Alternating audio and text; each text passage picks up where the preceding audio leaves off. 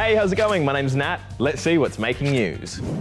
A big investigation is being launched today to find out how Sydney's entire train network shut down yesterday.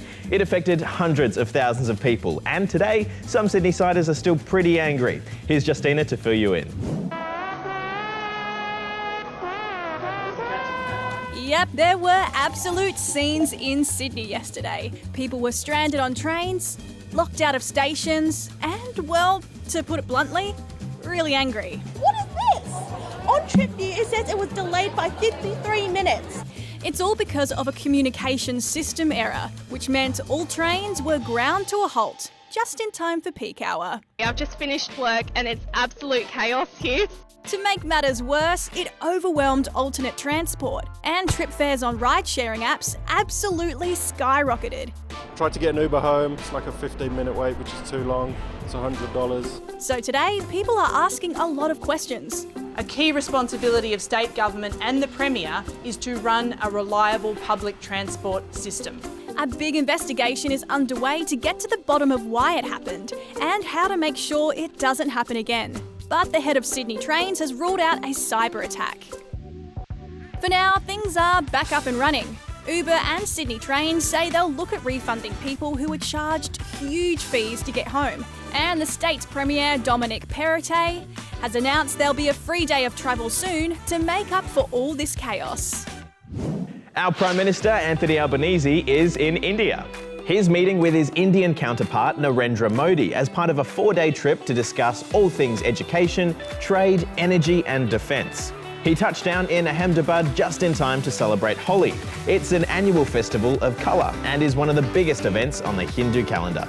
A new study of the humble bumblebee is causing quite the buzz in the UK, and it turns out they're pretty brainy. Here's Alex. And then you want to go left, and then you want to go down, and then you want to go right. You go up, yeah.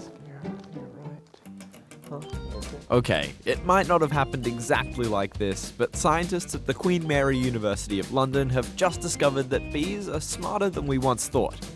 They found that bees can solve puzzles and then teach other bees how to solve them as well. Scientists say they may even be as clever as birds or primates. Actually, what our bees are doing is maybe even more impressive. They have brains the size of a pinhead, yet they're still able to produce this behaviour. In the experiment, they were trained to push a red tab on a wheel to gain a prize, a bit of sugar. And when other bees were watching, they copied the first bee with a 98% success rate. Experts say it shows bees have a kind of culture and are able to follow trends in the insect community in a similar way to us humans. I think it shows that we're not alone on the planet, that there are kinds of alien civilizations right around us. We did it! High score! Rubik's Cube, high score! Touchdown! Yeah. That's not how this works. For these next stories, we're heading to outer space, or thereabouts.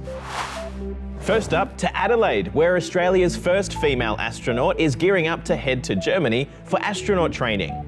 Catherine Bennell-Pegg is also the director of the Australian Space Agency, and her passion for space goes way back to when she was a kid in school. They said, write down 3 jobs you want, and I wrote down astronaut and refused to put anything else. After completing the training, Catherine will be given a special certificate, which will put her in the running to be selected for a real-life space mission one day. This is a trailer for the first feature-length movie to be shot in space. Everything on board the International Space Station was done for real by a small crew of just 2 people, 1 actor and 1 director. The other actors were real-life astronauts. It took them 12 days aboard the ISS to shoot everything, and now the director says he's keen to make a movie on the Moon or even Mars one day.